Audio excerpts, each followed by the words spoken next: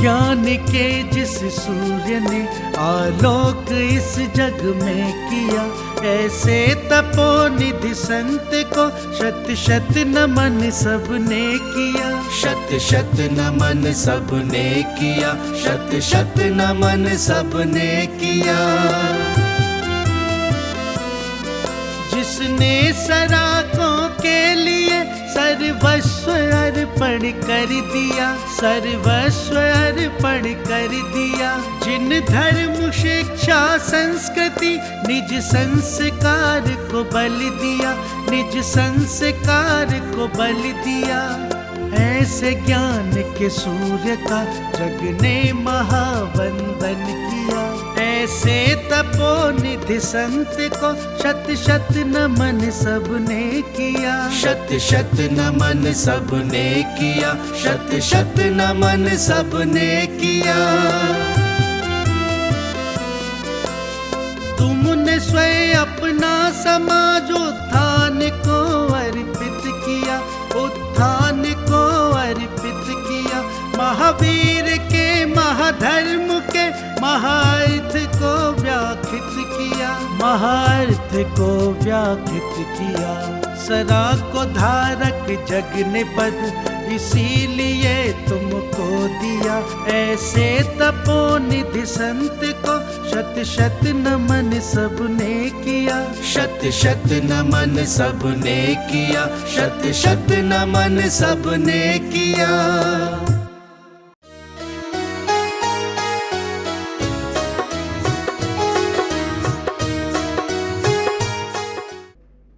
बंधु,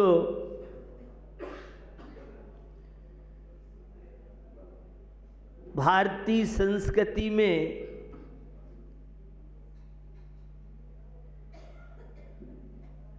आध्यात्मिकता का बड़ा महत्व है।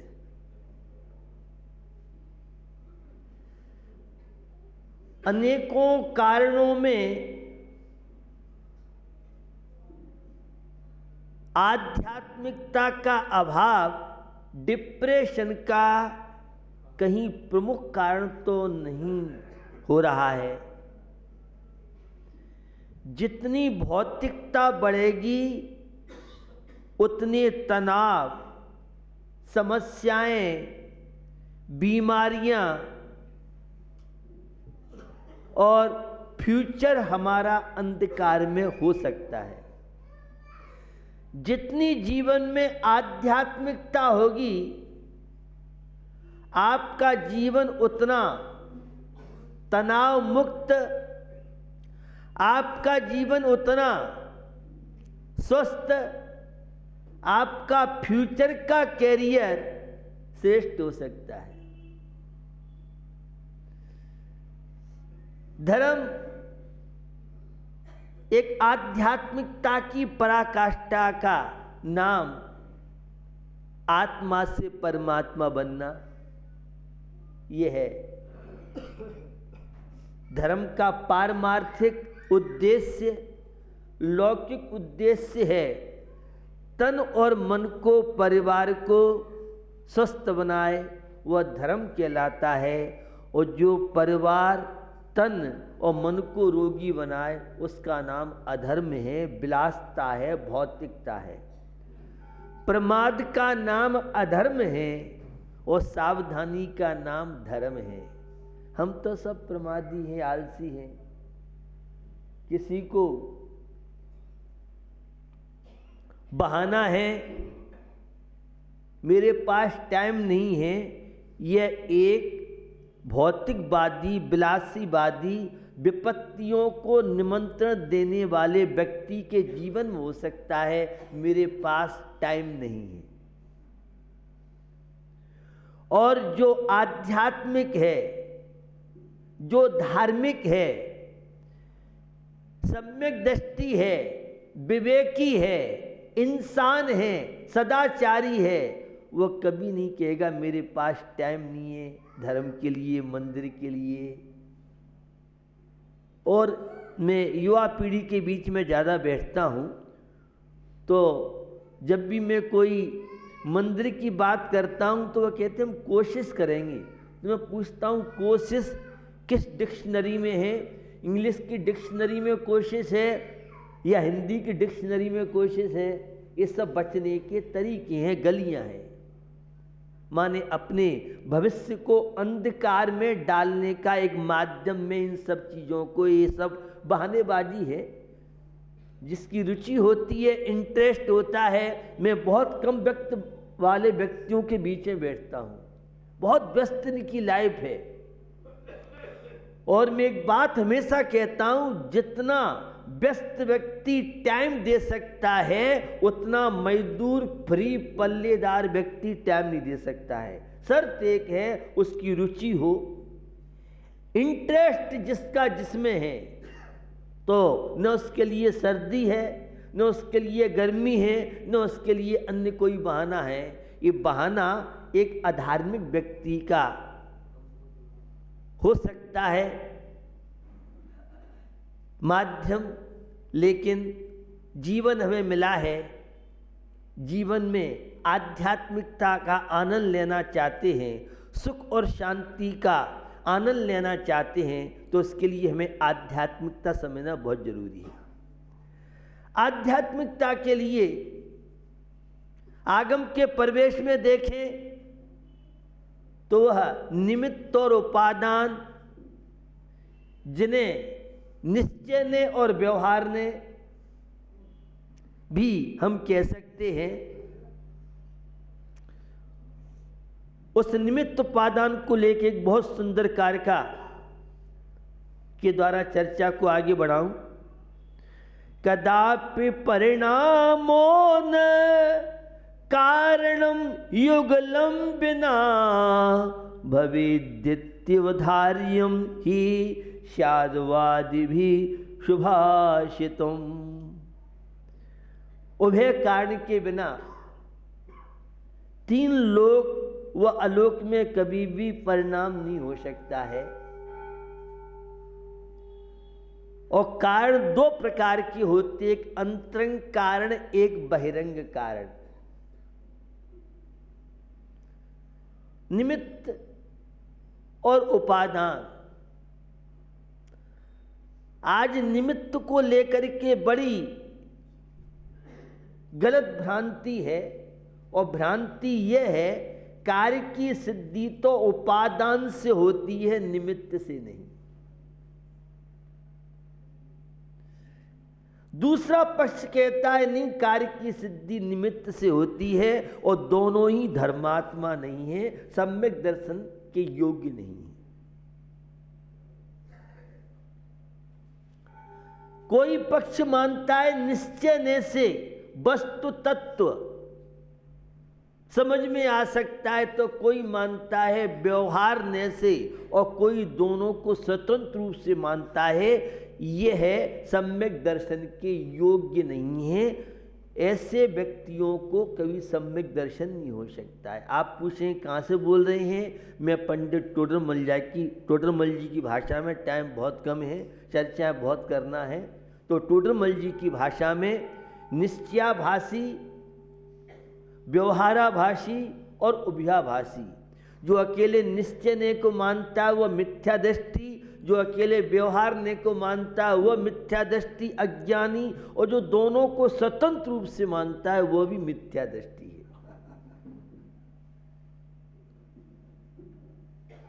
तो हमें आगम के ऐसे ही, जो अकेले निमित्त को मानता है वह धर्मात्मा नहीं हो सकता है, और जो अकेले उपादान को मानता है वह धर्मात्मा नहीं हो सकता है। आचार्य प्रभाचंद स्वामी के प्रमेय कवन मार्तंड में कहा है, अंतरंग कारण बहिरंग कारण, जब तक बाधक कारणों का अभाव नहीं होगा, साधक कारणों का सद्भाव नहीं होगा, तब तक कार्य की सिद्धि नहीं हो सकती। बड़ा लंबा विषय है, अपन लंबी चर्चा नहीं करेंगे, सूक्ष्म चर्चा नहीं करेंगे। जैसा वातावरण होता है वैसा प्रभाव पड़ता है। सर्दी के समय में नजला आदि है, टाइफाइड है, निमोनिया है, सर्दी संबंधी बहुत तरह की बीमारियां हैं। ब्लड प्रेशर भी सर्दी में असंतुलित ज़्यादा रहता है। गर्मी में गर्मी की बीमारियां हैं, बरसात में बरसात की बीमारियां हैं, तो बाह्य कारणों का भी प्रभाव पड़ता है। जब पूज्यपाद स्वामी से सर्वार्थ सिद्धि मिलते हैं तो वे कहते हैं जिन बिंब का दर्शन बाह्य निमित्त है, धर्म श्रवण ये बाह्य निमित्त है सम्यक दर्शन की प्राप्ति के लिए, और अंतरंग निमित्त अनंतानबंदी क्रोध मान माया लोभ मिथ्या स्मृति 7 प्रकृतियों के उपशम आदि से जो परिणाम निर्मल बनते हैं, ये 7 प्रकृतियां अंतरंग निमित्त हैं। आप यहाँ बैठे हैं, यह पुण्य कर्म तो अंतरंग निमित्त है, और मुनि महाराज मंदिर आदि ये बाह्य निमित्त है। एक कार्य के लिए अनेक कारणों की आवश्यकता पड़ती है। अब निमित्त क्या है, उपादान क्या है? सहयोगी कारणों को निमित्त बोलते हैं, और जो वस्तु स्वयं कार्य रूप से परिणम करती है उसे उपादान बोलते हैं। समझ में नहीं आई? हमारी माताएं रोटी बनाती हैं तो रोटी बनाने में आटा तो उपादान कारण है, और चकला बेलना महिला अग्नि पानी ये जितनी चीजें हैं ये निमित्त हैं। एक कार्य के लिए अनेक कारणों की आवश्यकता है। एक और जिज्ञासा या भ्रम है लोगों का कि जो उपादान की योग्यता होगी तो निमित्त अपने आप आके मिलेंगे। ऐसा कोई जरूरी नहीं है। कुछ निमित्त सहज में मिल जाते हैं और कुछ निमित्तों को बुद्धिपूर्वक जुटाना पड़ता है। घर से आप यहाँ नहीं आते तो ये जनवाणी के शब्द, ये धर्म की चर्चा आपको सुनने नहीं मिलती। अगर जयपुर हाउस के लोग प्रयास नहीं करते तो शायद मैं आज आपके बीच में नहीं होता। आज बड़ा दिन ईसा मसीह को लेके आज बहुत चर्चाएं देश और विदेश में चलेंगी, और मुझे लगता है अब हमारे बच्चे बच्चियां जैन धर्म से विमुख होके ईसाई धर्म को तो नहीं अपना रहे। आपके समझ में नहीं आएगी शायद बात, क्योंकि ब्रांड वाले स्कूलों में बच्चे आपके पढ़ते हैं। अभी निबंध लेखन भाषण प्रतियोगिता पूरे जनपद में हुई थी। कल जो बात कर रहे थे 5000 के लगभग, तो पूरे 6 तहसील लगभग 1,500-2 हजार गांव के बच्चे छठ के आए थे। फर्स्ट सेकंड थर्ड थे, वे थे 4-5 हजार। कई लाखों की संख्या में स्टूडेंट बैठे थे। तो मैं आपको बताना चाह रहा हूं, वह ईसाई मिशनरियां में, ईसाई मिशनरी में जो भी बच्चे बच्चियां पढ़ते हैं, अब वे आपको कितना महत्व देंगे और मंदिर के प्रति उनकी कितनी श्रद्धा आस्था होगी, शायद आप नहीं समझ पाएंगे, क्योंकि आप तो ब्रांड वाले हैं। और जब मैंने ये निबंध लेखन प्रतियोगिता भाषण माला कराई, उच्च शिक्षा अधिकारी के 2000 स्कूलों में आदेश, क्योंकि विधायक, सांसद, जिला पंचायत अध्यक्ष, कमिश्नर, डीएम, जितने भी एसडीएम, जितने तहसीलों के थे, पूरा शासन प्रशासन लगा हुआ था। मुझे नहीं पता है जैन समाज के लोग कितने लगे थे, लेकिन शासन प्रशासन पूरा अलर्ट था। और फादर और बिशप जैसे लोग कई उस ब्रांड वाले स्कूल में, जिसमें आपके कई लाखों का डोनेशन देने के बाद भी एडमिशन नहीं होता है, वहाँ से मेरे पास ऑफर आ रहे थे कि साध्वी जी कोई आई हैं और हम अपने स्कूल में उनका प्रवचन कराना चाहते हैं। और कई स्कूलों में, ये ब्रांड वाली बात कर रहा हूँ, कई हजार की संख्या में जो ये नहीं जानते साकार क्या होता है। और जब बिशप ने वह ईसाई मिशनरियों में जब स्पीच हुई तो अद्भुत चेंज हो सकता है आपने व्हाट्सएप आदि पे देखा हो, काफ़ी उसकी चर्चाएं पूरे जनपद में रही। तो मैं आपको बताना चाह रहा हूँ, वातावरण जैसा मिलता है। अब हम बच्चों को मंदिर का वातावरण तो दे नहीं सकते हैं, क्योंकि बहाना एक ही है, स्कूल है या होमवर्क है या फिर कोचिंग है। बस ये माता पिता सहारा लेके और गलियों से निकल जाते हैं। ये बहुत बड़ा अधर्म है, पाप है। मैं ईसाई मिशनरी में पढ़ने का विरोध नहीं कर रहा हूँ। मैं ये कहना चाह रहा हूँ, अपने बच्चों को परिवार के संस्कार दो, धर्म के संस्कार दो। अब माँ पिता मंदिर नहीं जाते हैं तो बच्चों से हम क्या उम्मीद करेंगे, उनके भी क्या भविष्य बनाएंगे। तो जितने भी प्रबुद्ध वर्ग है, जितना श्रेष्ठी है, इन सब के बच्चे तो मिशनरी पढ़ते हैं, तो आपके बच्चे तो ईसाई हो गए। अब आपको भी सोचना पड़ेगा इन सारे विषयों पर। खैर, मैं निमित्त की बात कर रहा था। जैसे साधन मिलते हैं, कारण मिलते हैं, व्यक्ति की भावना वैसी बनती है। धार्मिक वातावरण में आप रहेंगे, मंदिर के वातावरण में आप रहेंगे, साधु संतों के देव शास्त्रों के वातावरण में आप रहेंगे, तो आपकी भावना पवित्र बनेगी। और क्लब, होटल और किटी पार्टी में रहेंगे आप, तो फिर मंदिर का तो ताला लगा देंगे हम। फिर अध्यात्म से हमारा कोई मतलब नहीं है, हमारा संस्कारों से कोई मतलब नहीं है। हम तो भौतिक विलासी बन करके कहीं परिवार के साथ, देश के साथ अन्याय तो आप नहीं कर रहे। मेरे संपर्क में बहुत संख्या में इंजीनियर्स आते हैं और मैं उनसे कहता हूं, तुम देशद्रोही हो क्या? तुमने खाया तो भारत का और बजाती हो तुम विदेश की। ये बड़ा सोचनीय विषय है। अरे भारत में रहते हो, भारत की तो बजाओ। जहां का नमक खाया है उसके प्रति तो कुछ, जिस कुल में, धर्म में आपने जन्म लिया है, जिस समाज में, परिवार में जन्म लिया है, आपका दायित्व बनता है। केवल लग्जरी गाड़ी में घूमना और फ्लैट में रहना ही यह कोई जिंदगी नहीं है। आपका देश के प्रति, समाज के प्रति, राष्ट्र के प्रति, अपने प्रति कुछ दायित्व है, कर्तव्य आपके कुछ। हमें इन कर्तव्यों के प्रति जागरूकता ही नहीं है। तो निमित्त और उपादान, एक कार्य के लिए अनेक कारणों की आवश्यकता पड़ती है। आज क्रिसमस का दिन है, ईसा मसीह को लेके आज बहुत चर्चा चलेंगी। और जो जैनियों के यहाँ सेवा का कार्य होता था, भगवान पार्श्वनाथ के समय तो हमारे जैन समाज में इस सेवा के बहुत कार्य थे। अब हमने अपनी पहचान छोड़ दी और ईसाइयों की आप देखिए सेवा का कार्य, उपकार का कार्य। आप पर की बात क्यों करते हो? आत्मा की बात करो ना।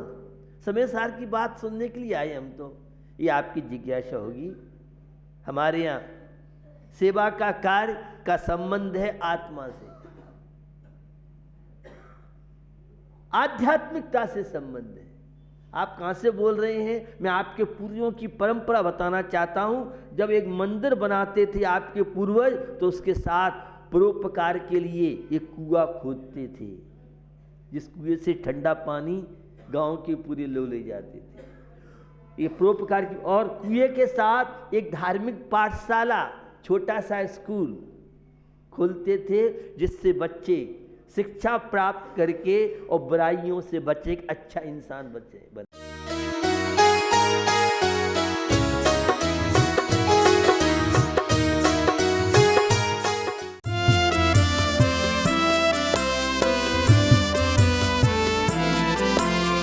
ज्ञान के जिस सूर्य ने आलोक इस जग में किया, ऐसे तपोनिधि संत को शत शत नमन सबने किया। शत शत नमन सबने किया, शत शत नमन सबने किया। जिसने सराकों के लिए सर्वस्व अर्पित अर्पण कर दिया, सर्वस्व अर्पण कर दिया। जिन धर्म शिक्षा संस्कृति निज संस्कार को बल दिया, निज संस्कार को बल दिया। ऐसे ज्ञान के सूर्य का जग ने महावंदन किया, ऐसे तपोनिधि संत को शत शत नमन सबने किया, शत शत नमन सबने किया, शत शत नमन सबने किया। तुमने स्वयं अपना समाजोत्थान को अर्पित किया, उत्थान को अर्पित किया। महावीर के महाधर्म के महार्थ को व्याख्यात किया, महार्थ को व्याख्यात किया। सदा को धारक जग ने पद इसीलिए तुमको दिया, ऐसे तपोनिधि संत को शत शत नमन सबने किया, शत शत नमन सबने किया, शत शत नमन सबने किया।